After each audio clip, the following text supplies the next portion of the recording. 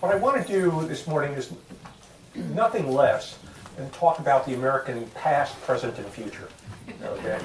But I want to look at it through a particular lens, and that is how we define, or how we might think about, American identity, which I think is being challenged at this time, given the divisions and polarization of American society. So that's where I'm coming from. And maybe my talk today is a little more conceptual than inspiring, but I think these are ideas that concern us all, and certainly the environment that generates it is something that is of great concern to us. I think few of us would disagree that we live in troubled times, and a powerful aspect of that trouble is that our society is divided in ways that feel very nasty and raw. Polarized is a word often used to describe our current condition. It is a condition that leaves us anxious and uncertain about the future, America's and our own future. I need not dwell on how the division of American society is exacerbated by our political leadership. That we all know, and I've expounded on it many times from this platform, and all you got to do is turn on the news. My talk this morning may start with the problems we face, but what I want to do is look at solutions and get us to focus on positive and I think inspiring visions. But first I have to engage in a little bit of analysis and quite a bit of history. America is suffering today in very strident ways from divisions which have always confronted human societies, and certainly Western societies since the 19th century. It is the division that is marked, on the one hand, by those people who are committed, to what we might call local values. Local values. I include among these people those who center their lives, their identities, and their loyalties primarily around their ethnic group, their religious community, their nationality, and perhaps their deeply felt political ideologies, their doctrines and positions. In centering their identities and loyalties in these ways, they may emphasize their difference, in fact, from people who identify otherwise. In contrast, in fact, to such localists, there are those who are more disposed to embracing wider allegiances. They are perhaps more comfortable with human difference and may, in fact, be intrigued by human differences. This outreach towards others may include a sense of responsibility for the welfare of other people. Beyond their own, their loved ones, their family, ethnic group, etc., they may feel, in fact, an obligation to strangers. Such a sense of wider obligation may be a component of their ethical philosophy.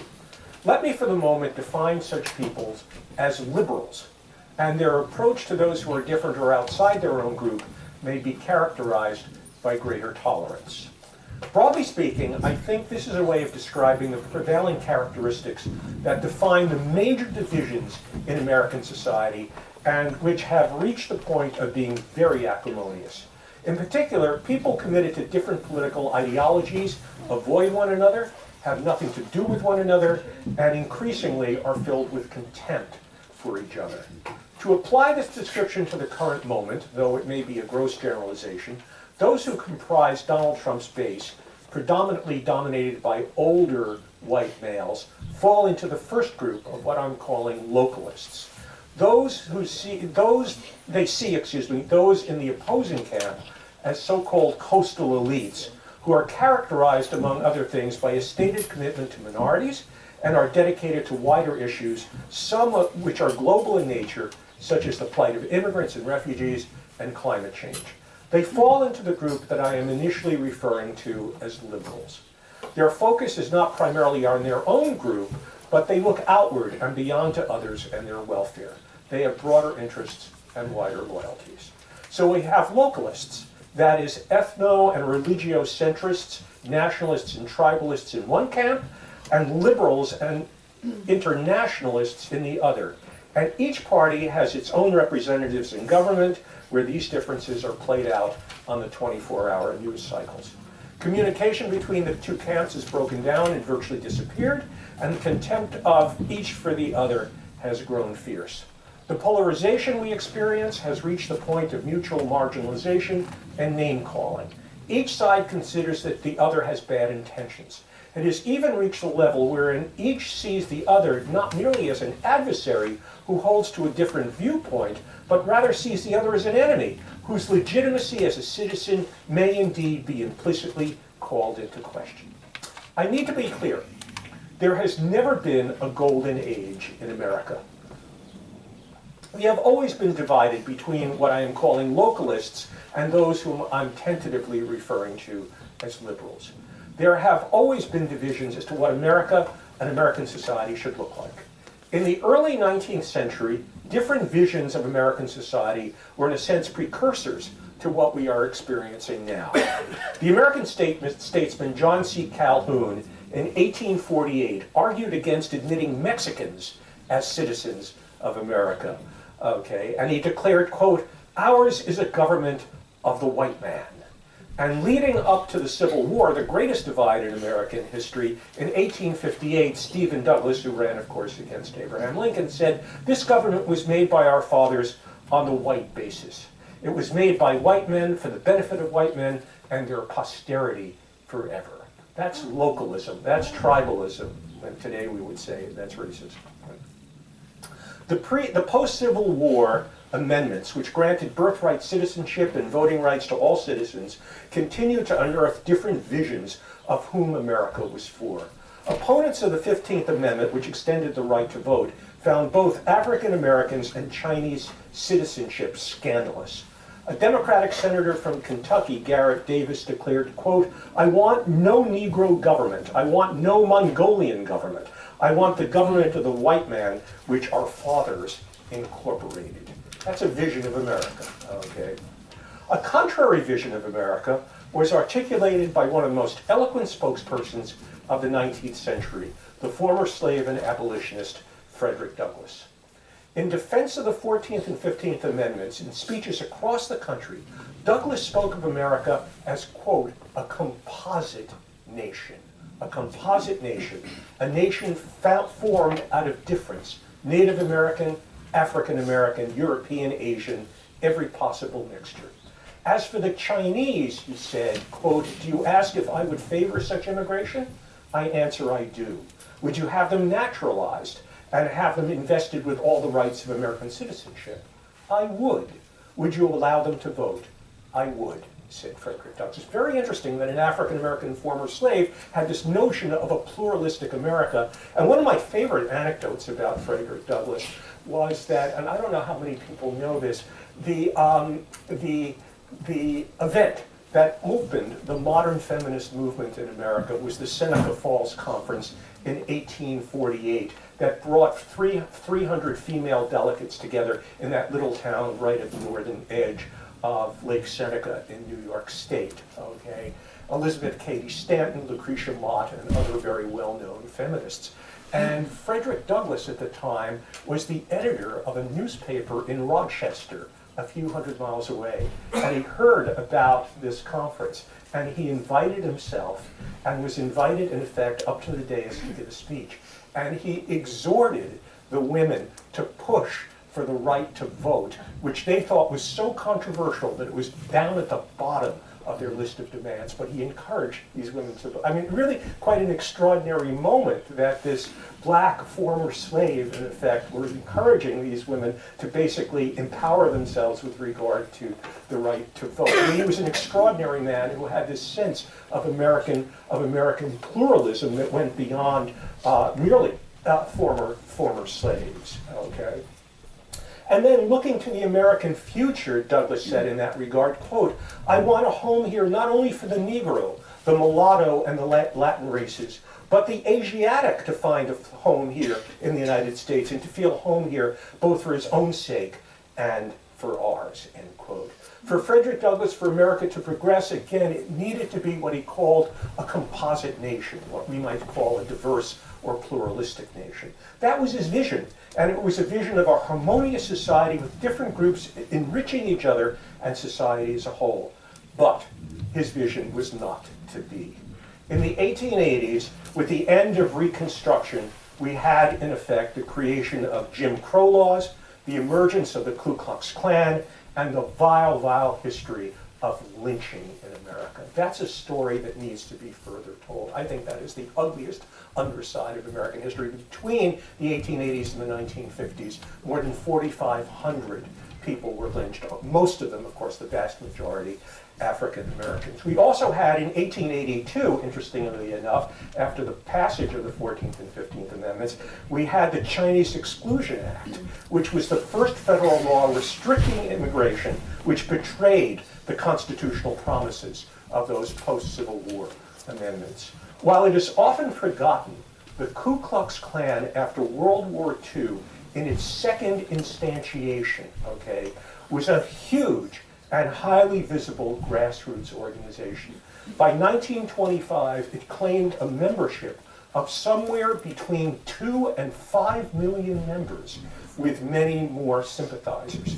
It was an era when Woodrow Wilson, who was extremely racist even for his own time, and cleansed the federal government of all black employees, could bemoan, quote, the lost cause of the Confederacy, end quote, a rubric which painted the Confederacy in very noble terms. Woodrow Wilson, of course, was a Southerner originally, and so became governor of, the Garden State and then president. But he was, in effect, a diehard racist who saw a different vision of America. I mean, William Howard Taft, who was very conservative, and TR before him actually had brought African Americans into the federal government. When Wilson became president, he had them all expunged. It was ethnic cleansing, in effect, that he engaged in. Okay? As the 20th century progressed, illiberal nationalism took other forms. One form was to enforce American isolationism in the world. In 1917, the publisher William Randolph Hearst called for, quote, America first, which was a statement of America's isolating itself from the rest of the world, which became a movement leading up to the Second World War, a movement of more than 800,000 members. Charles Lindbergh among them, by the way. In the years before World War II, a Father Charles Coughlin, a rabid anti-Semite and radio broadcaster with a huge audience, proclaimed his admiration on the air for his followers, proclaimed his admiration for Adolf Hitler and the Nazi Party, and called on his audiences to form a new political party under the title of, quote, the Christian Front. In 1939, this is an extraordinary event, right at the beginning of World War II, about 200,000 Americans, some dressed in Nazi uniforms, gathered at Madison Square Garden, decorated with swastikas and American flags, with posters declaring, quote, a mass demonstration for true Americanism, where they denounced the New Deal as, quote, the Jew deal. Okay, this was extraordinary. 20,000 people in hard New York City, right? Nazi propaganda was actually distributed in the South, calling for the repeal of the 14th and 15th Amendments. These were among the most virulent expressions of ethno-nationalism, of what I'm calling localism, okay, in the extreme, okay, in this regard. By the way, there was just a book written recently, I haven't read it yet, but I've read reviews of how indeed the Nazism, Hitler's Nazism, was influenced by the post-Reconstructionist Jim Crow laws coming out of the American South. There was a type of ideological, I mean, this is a very interesting fact of history, that Hitler was inspired and influenced by the way in which the United States, the land of the free and the home of the brave, treated its African-American population, becoming a model for the Nuremberg laws and so forth that the Nazi regime had perpetrated. This is really the dark side of American history. The division between those of narrower nationalistic, localistic, and tribal interpretations of what Americans should be, and those of more expansive and liberal visions cut in other ways as well. I like to tell my students, particularly my undergraduates at Hunter, about the great religious divides in this country, which for them can only be history, but for you and me in this room, indeed, are memory. Okay, they have no idea of this. It's well before they were born, but something that I, in effect, and I suspect virtually everyone in this room, grew up with and recognized really as part of the American experience. Throughout its history, until the late 1970s, the United States was definitively a Protestant-dominant society. Okay, a Protestant-dominant society. Today, Protestantism has shrunk because of Catholic immigration coming from Latin America and Asian immigration. It's now only 51% of the population, and America has really changed in this regard. One of the most interesting facts, I think, is that the Supreme Court, okay, of the United States was always a strictly Protestant-dominant, okay, institution, 9 judges, okay. Occasionally, in the 1890s, there was a Catholic justice, and there have been a sprinkling of few. And of course, Louis Brandeis was appointed by Woodrow Wilson, who may have been, anti-black but was not anti-Semitic, was appointed to be the first Jewish Supreme Court justice. Today, there is not a single Protestant on the Supreme Court. There are 6 Catholics and 3 Jews, which is an index, I think, of how American society has changed, right? Because throughout our history, up until very recently, we have clearly been a Protestant-dominant society, right? The Episcopal Church, which has shrunk in recent decades to only a few million members, just a vestige of what it had been, not long ago functionally came closest to what we might call an established religion in American society. An aspect of that Protestant dominance has been the vitriolic suspicion in American history, and this history has not been adequately written. The vitriolic suspicion and hatred of Catholics, especially Irish and Italian immigrants, a hatred that was fueled by the Ku Klux Klan. I mean, on the KKK hate list, of course, African Americans stood out far and away as the most hated group. But the second most hated group by the Klan were not Jews, although they had no love for Jews either. They were Catholics. Tremendous fear and hatred of Roman Catholics. The assumption was, and this goes all the way down back to John Locke in the 17th century and his letter on toleration, and he didn't tolerate Catholics either. The assumption was that Catholics could not be trusted to be loyal citizens because their highest allegiance was not to the U.S. Constitution or to the United States, but their primary allegiance was to the Pope in Rome. That is, someone outside of the country, and therefore they could not be loyal citizens and were under suspicion. The canard was that American Catholics were a front for papal designs to take over the United States. I mean, there clearly was, and I've read books by, in effect, there's a guy by the name of Brand Blanchard, who was an identified humanist in the early 20th century, who wrote a book on Catholic conspiracies to take over the United States. I mean, it's nutty thinking, but it was very pervasive. This was not something that was, that was unusual in any way. I well remember, and so do you, that when John Kennedy ran for president in 1960s, and I love to amaze my students by telling them that I actually met John Kennedy once, right? And that he was very good looking. Right, he was very good looking, he was very handsome.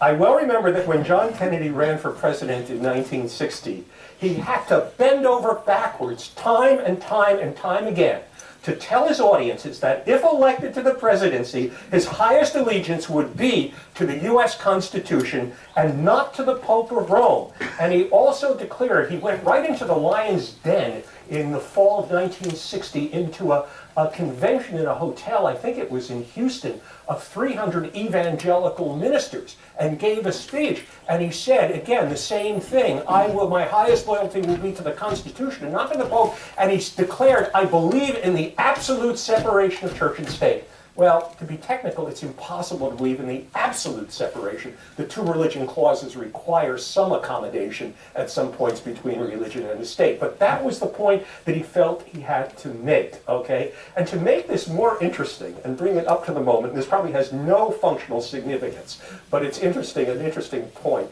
that I've come across. One of the Protestant leaders of the anti-Kennedy campaign was the highly distinguished minister of the Tony Marble Collegiate Church on Fifth Avenue, Norman Vincent Peale, who organized his fellow Protestant clergy, with the support of Billy Graham, by the way, to undermine Kennedy's campaign again on the grounds that Kennedy's campaign and his presidency would be a front for a Catholic takeover of the United States. And it's an interesting fact of history, again, of probably no functional significance, that Norman Vincent Peale was Donald Trump's minister, okay, on the rare occasions that as a young man when his father admired Norman Vincent Peale. Remember him, even if you didn't know him as a religious figure, the power of positive thinking? Yeah. You begin to see some of this all the way down, right? And so on. Fred Trump was a member of the Marble Collegiate Church, and little Donald would occasionally be dragged along, and you have the minister, this Tony minister, right, talking about the power of positive thinking. Well, you know, the power of narcissism, and so on and so forth. It comes all the way down, right?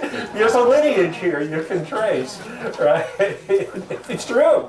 But Norman Vincent Peale, who was a highly respected, I remember as a child, a highly respected Tony minister at a very, very influential church then and now, in effect, was the head of a campaign to undermine Kennedy's campaign to become president on the ground that a Catholic could not be trusted. Now, there's an adage, I guess it's true, that Jackie Kennedy basically was once said to have commented, she said, I don't know what all the hoopla is about Jack's Catholicism. After all, he's not a very good Catholic after all. I mean, she clearly knew what was going on in the White House and so on, and probably did not think very highly of her, at least I assume she didn't. I hope she didn't. Right, wasn't a very good Catholic, so I don't see why everybody's all upset about his being a Catholic. Anyway, what's happened is that division has broken down. In the late 70s, with the moral majority and Jerry Falwell, what you now have is a different allegiance. You have conservative evangelicals, conservative Catholics, and some Orthodox Jews aligned together against liberal and mainline Protestants, agnostics, humanists, a whole horde of millennials, and so secularists and so on the other side. The divisions are different. But that's very recent. Until the 70s, the major divide in America was between the Protestant dominant majority and the Catholic minority that was always held under suspicion and with contempt. Well, American history and society have oscillated between these two tendencies, the local and the liberal, throughout. The conservatism and conformity of the Eisenhower years of the 1950s was broken open with the advent of the 60s and with the flourishing of the civil rights movement, the women's movement, the New Left, which spoke to grassroots creativity and a diversity in popular culture, and an attack on the conformity of an increasingly corporate society. These movements were followed by the gay rights movement, the rights for people with disabilities, and the celebration of a more open and indeed more diverse society. To simplify what is a long and complex story, I think we are witnessing now, in part, a parochial, nationalistic, politically tribalistic backlash against the diversifying, progressive, and liberalizing trends of the 1960s, taking place 60 years later. 60 years later, it's exemplified in the local and illiberal national reaction epitomized by the Trump constituency. So given this history, and given our polarized condition, what is to be done? I think a way out needs to begin with a vision, which is really the centerpiece of my message this morning. Most of us, I suspect, are the legatees of a more liberal interpretation of American history and American society. A history expounded by such historians as Arthur Schlesinger, who was a friend of the Kennedys and who argued that liberals occupied, quote, the vital center of American politics, end quote. But if we focus American history on liberty, rights, revolution, freedom, and equality, all those good progressive notions, we simply cannot be blind to the influence of racism, slavery, segregation, bigotry, and exclusion as part of the American identity. American history has both the narratives of progressive liberalism as well as the nativist, localist, and racist backlashes which have been coursing through it. The historical currents I've been reviewing, except for the last, were of course before my time. I cannot speak to the national atmosphere and the anxieties of the post-Reconstruction era, or what it felt to be alive in the populist, nationalist, and extremist environment brought on by the America First movement during the 1930s and to the outbreak of World War II. But I do know what it is like to live now. And I would hazard a guess that the divisions we confront now are even more perilous in some ways. What I think makes the age of Trump distinctive is that the emotions that lie behind it and fuel the divisions in society are so powerful that they not only swamp reason and rationality, but actually dissolve reason and rationality at its core. Hatred of immigrants, blacks, Jews, Catholics, gays, and other minorities may have been rooted in powerful emotional impulses, but I don't think that these despicable trends led to the very dissolution of reason itself. And I know that extremist wings in American society have often promoted irrational conspiracy theories, whether it was Catholics taking over the US government, Jewish bankers taking over the world, or the John Birch Society, which saw a communist behind every tree. American society has always had its nutty expressions, but I don't think that they have ever spread so deep, so wide, and so corrosively as they do at this moment. Reason seems to count for little these days, and feeling a great deal. Reason is in peril, in politics, in high places in society, as I believe that it never has been. We live, as you all know, in the era of alternative facts. And I must say, despite its incredible benefits, the social media is not necessarily a friend of ours in this regard. I think the social media appeals primarily to images, to brands, to graphics, to videos that have a type of immediate, that engender an immediate emotional response, not necessarily a reflective, rational response. I mean, to get your information through the internet is not the same thing, I will argue, I'm sorry, not the same thing as reading a book, okay, or a newspaper where you can reflect on what you're reading, as opposed to the purpose of social media very often is to grab your attention, even more importantly than conveying a particular content. And it's that type of impulsivity in it that I think leads to, again, an appeal to reason, to emotion and feeling separated from rational reflection capacity. The virtue of reason, of course, is that it is objective, impersonal, and unbiased as an arbiter in guiding people, guiding us as to what to believe. But what happens to democracy and society when powerful feelings drive people not to care about reason itself anymore, when it doesn't make any difference? So what vision of American society can we put forward that can inspire us to get beyond these deep divisions, beyond the polarization, which is fueled by such powerful emotions? It seems to me that almost from its inception, American society has appropriated three different approaches, three different understandings of American identity, what it means to be an American. From the early decades of the 19th century until the mid-1960s, the prevailing identity was that of the so-called melting pot.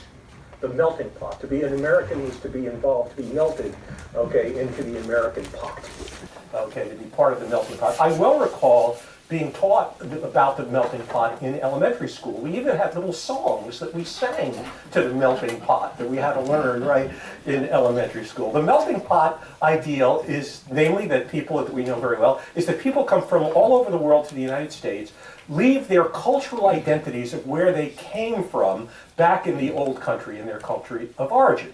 And instead, they appropriate a new American identity, which is a blended, melted, blended mix of all these different cultures, but it is something new and distinctive.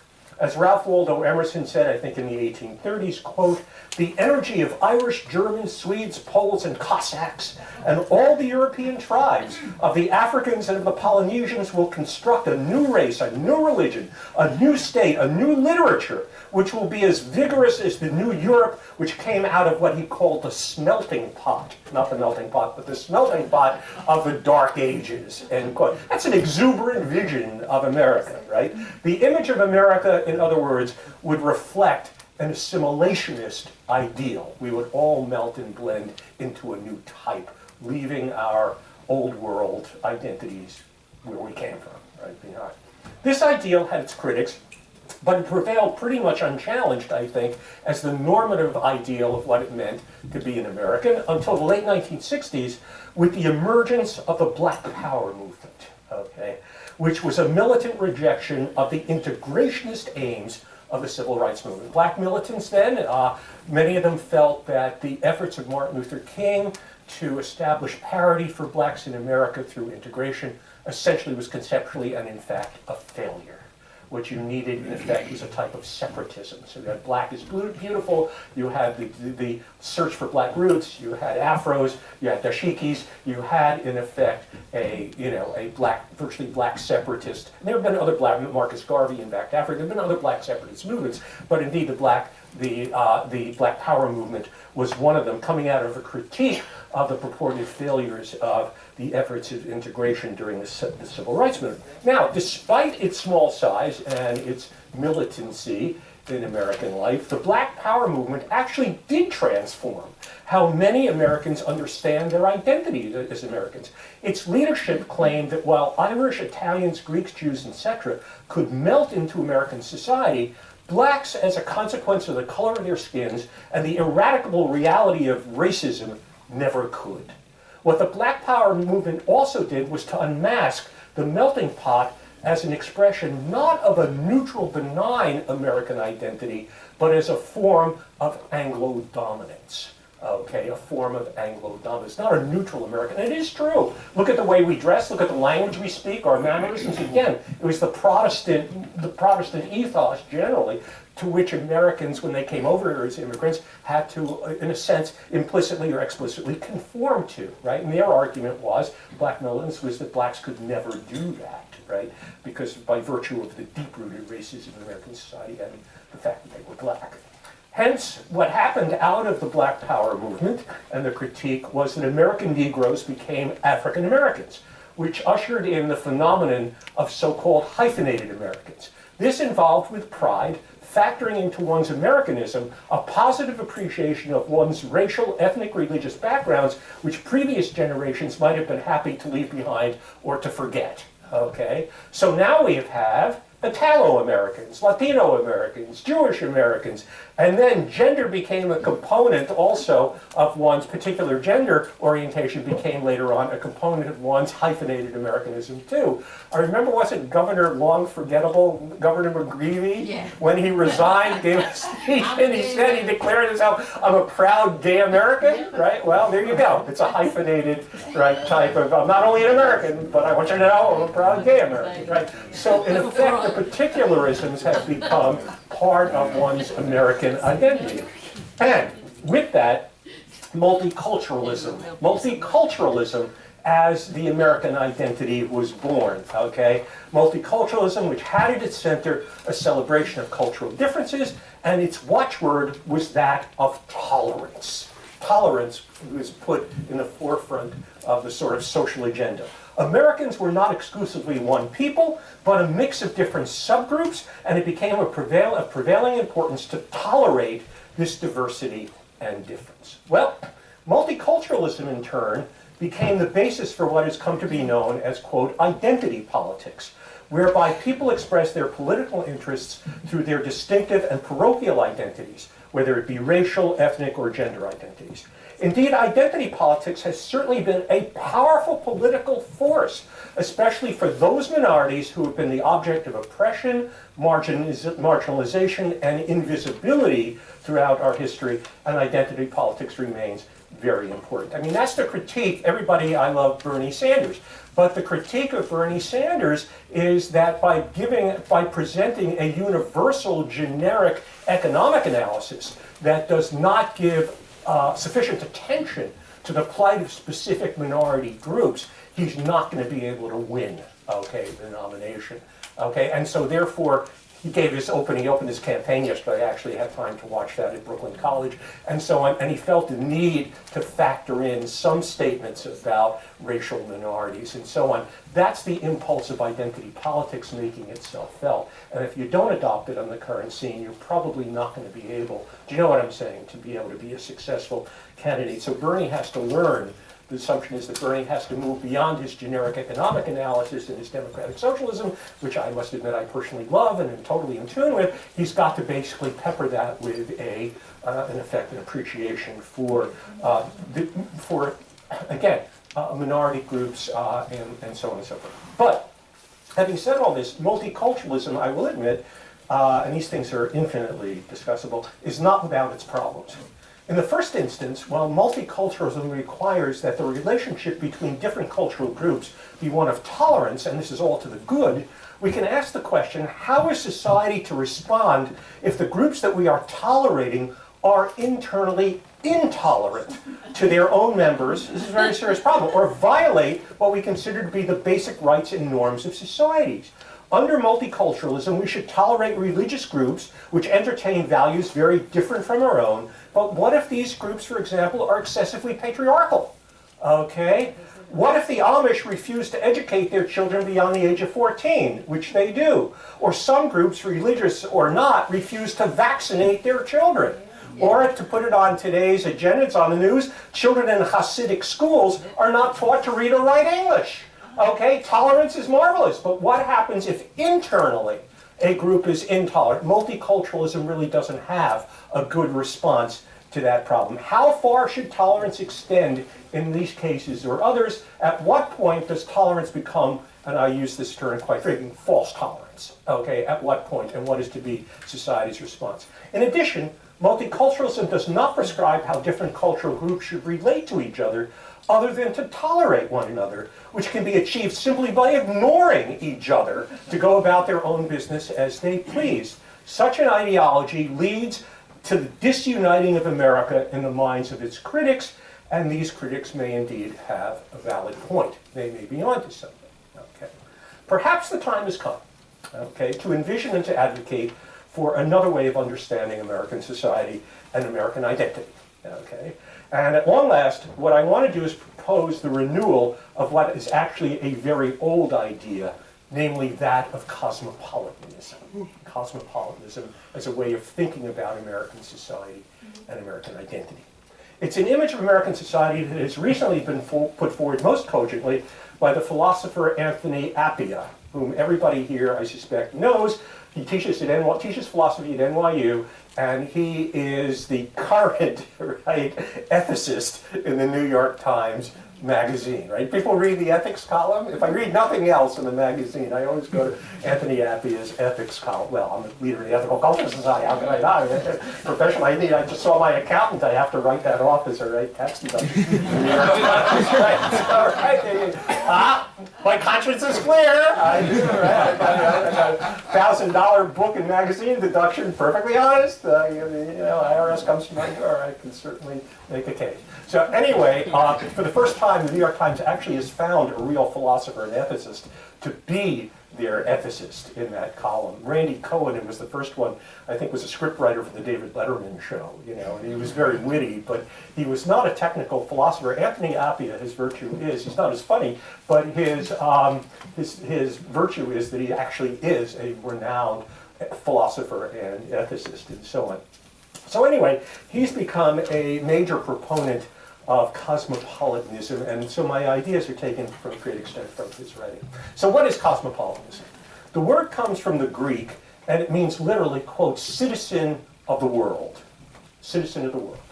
At first, cosmopolitanism would seem to stand in direct opposition to the localism, provincialism, illiberal nationalism, populism, and tribalism, which has emerged in so many countries, including our own, in the past decade, and presents a threat to liberal democracy, which many of us would argue is the best form of government. It seems to be one pole of our polarized society.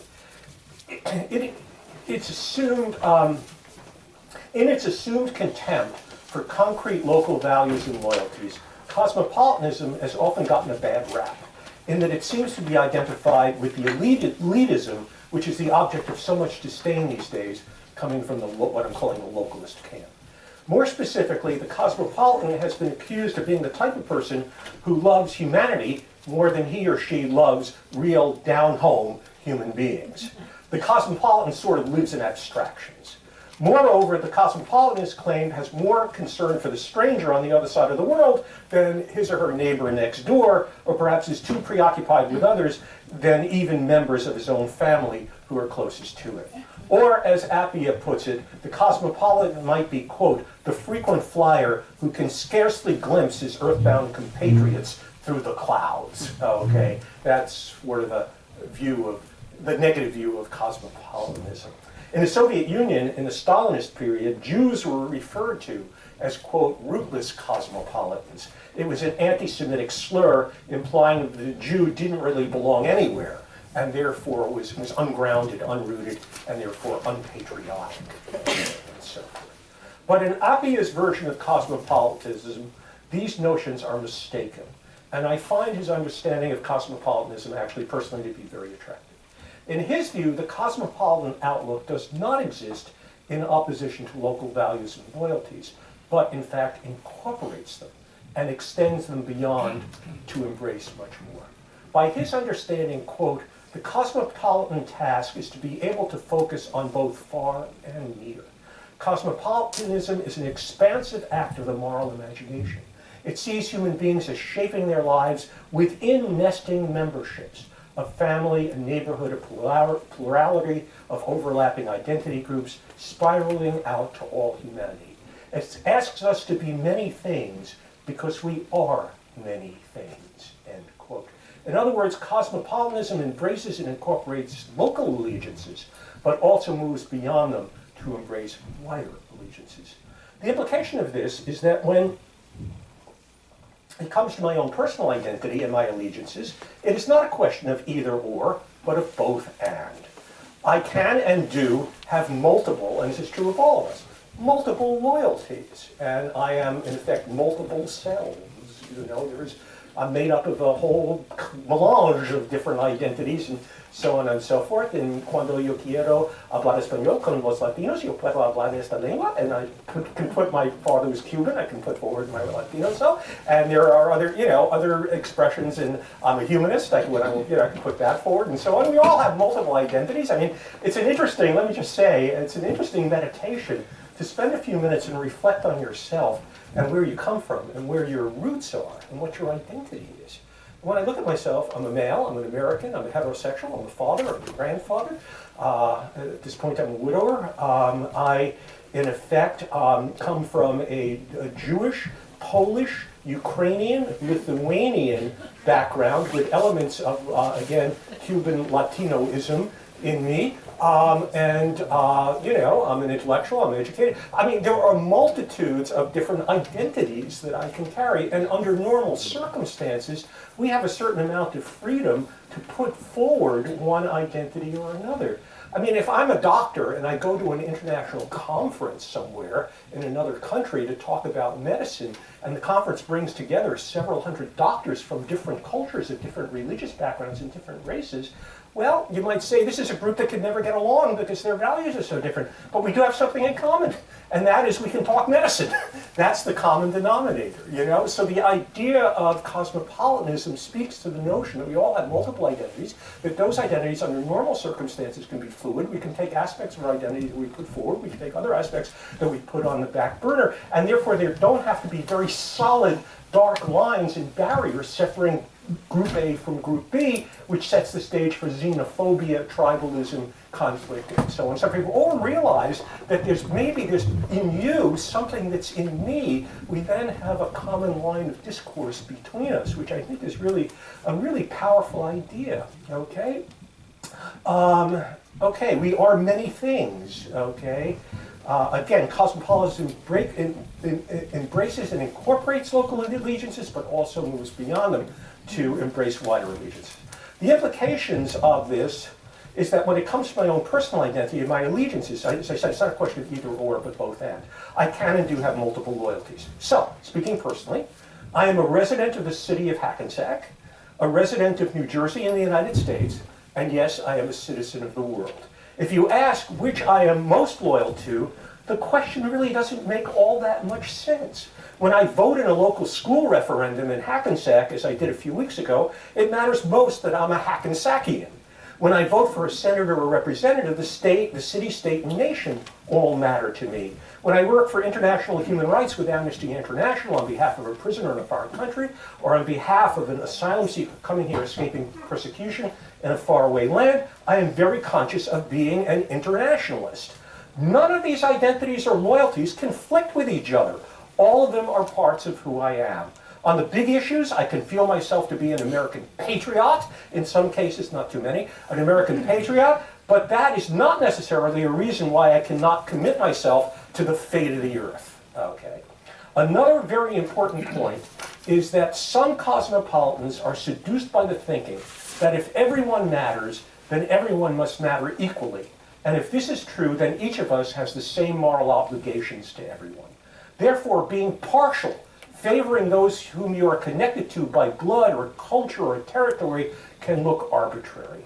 In other words, if I'm a citizen of the world, is it wrong to be partial to one's own place or people? For those cosmopolitans who answer yes, it is that position which raises the contempt of those people I'm referring to as localists. It feels abstract, elitist, and too highbrow. But this impartiality is a fallacy.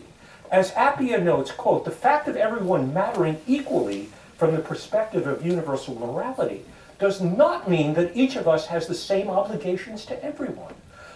He says, I have a particular fondness for my nephews and nieces, one that does not extend to your nephews and nieces. Indeed, he says, it would be morally wrong not to favor my relatives when it comes to distributing my limited attention and treasure. Does it follow that I must hate your nephews and nieces or try to shape the world to their disadvantage? Surely not. I can recognize the legitimate moral interest of your family while still paying special attention to mine. It's not that my family matters more than yours. It's just that it matters more to me. End quote. You understand it's not necessarily a contradiction, which often those people who have this sort of cosmopolitan view can be accused of. And according to Appia, there's nothing wrong with it, and I would agree. This opens the door to another fundamental aspect of the cosmopolitan outlook. And that is that a cosmopolitan way of life needs to be accepting of the rights of others to be different from themselves. And in that acceptance, cosmopolitans extend that right to be uncosmopolitan. And this does create real problems. Central to cosmopolitanism is that every human being matters. Everyone counts, which lies at the heart of cosmopolitanism's universalism. And the reality of the human condition is that different people do have different values, and many choose to live in community with people who share their language, customs, and values they think of as their own. And assuming some want to stay away from people unlike themselves, that is their right too. I think the stance of a genuine cosmopolitanism is not to want to impose one's own values on others who wish and choose to live lives by different and more parochial values. To think otherwise, I think, is to be imperialistic. I think it's arrogant, and even to claim for oneself a certain infallibility. Speaking for myself as a humanist, and primarily as a secular person, I have no interest in turning everyone into a facsimile of myself. For this reason, I'm a humanist who sees, in fact, a place for religion in society, which puts me at variance, I must admit, with even some colleagues of mine in the ethical culture movement. For me, as a cosmopolitan, a society comprised of a pluralism of values, as opposed to a society in which everyone believed in the same thing, is potentially a much richer society, because there are people who do not share my values. Now, this formulation does cause, I'm bringing this to an end, friend, this formulation does cause some problems, which Appia does not adequately address, and they are very real problems for this outlook. And that is that the cosmopolitan can more readily accept into his or her framework the uncosmopolitan than the uncosmopolitan can accept the cosmopolitan into his, okay? And it is indeed, this is indeed the problem we confront in a polarized American society at this moment. More generally, I should say, it's the problem of liberalism. And we don't think of it in these terms. The problem of liberalism is that by its nature and definition, the liberal can accept within his or her worldview the person who is illiberal. But it's not reciprocal. The person who is illiberal cannot accept, by definition, the person who is liberal. Do you see, that's a problem. I'll give you an example of that historically, which had a horrible outcome, just to dramatize this a little bit. In the early 1990s, the nation of Algeria decided to have a democratic election for the leaders of government, okay? And there was a multitude of political parties. One of them was an Islamicist party, and they did not dissimulate their motives. They were upfront and very clear. They said, we will use the electoral system, and if we win this election, we will destroy the democratic system that has enabled us to achieve power. And what happened in Algeria was very tragic, because it looked as if the Islamic Party was going to win the election, and the government at the time felt no choice but to call in the army, okay, to stop that process, which ended up in a multi-year civil war in which hundreds of thousands of people were killed. That's the problem of liberalism. In other words, it can indeed attempt to incorporate the illiberal, but the illiberal would not incorporate it. And that is a problem, I must admit, with the cosmopolitan outlook. Yes, we want to be generous and we want to be liberal and accept people who do not accept our liberal or cosmopolitan worldview, but it's not a reciprocal, okay, sort of environment, which does create real problems and real tensions, okay? And this is the problem I think we confront now. There are no easy answers here. A response would take another platform address, or maybe many. But in briefest terms, I think the answer to our divided society, it's a whole other talk, has a great deal to do with economic inequality and the need to reopen the doors of economic security and opportunity. What is also needed is needed to create a mature cosmopolitan society, and central to it is dialogue and a willingness to listen to the views of others who are different, who are in a different camp. This is not to convert others to our view, but hopefully discover areas in which some agreement is possible, things we hold in common despite the looming differences. On the other side, I think what is necessary to create a less acrimonious society is for each localist or tribal group to at least be girded somewhat with a zone of liberality. At a minimum, each group, whether Amish, Hasidic, or the community of gun rights advocates or pro-lifers, need to have their ambassadors, so to speak, their emissaries, who are willing to represent their communities and be devoted to engaging in dialogue with those cosmopolitans and liberals who hold opposing values and worldviews. How to achieve this more benevolent mosaic is a very difficult and long story, but I think, at a minimum, it's absolutely necessary. But when it comes down to the final reckoning, and I'm bringing this to a close, there may be no easy or harmonious resolution to the conflict between localists and cosmopolitans. There's a real struggle here. It will need to embrace economics, political struggles, and ways to open dialogue between people who are now deaf to the positions and the needs of others.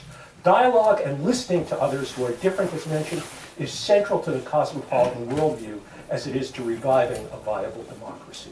In the final analysis, this contrast between those who I'm calling localists and the global view embraced by cosmopolitans is not merely a question of personal preferences. It's not merely an aesthetic choice or a choice of lifestyles. Those who have opted for localism, I believe, for parochialism and tribalism in this country and elsewhere, in a sense have withdrawn from the world, where the greatest threats to the planet and human survival are to be found. Today, with carbon dioxide levels at their highest point in 800,000 years, with global warming threatening the fate of the planet, with 260 million international migrants, our problems today are truly global, not local. In short, tribalism, I think, is a luxury that humanity can no longer afford. Therefore, we need each other to develop an ethos that, while affirming our own sense of place and committing ourselves to our own values and to those we love, also need to transcend our sense of place to embrace the world. I believe that reality demands no less. That's it.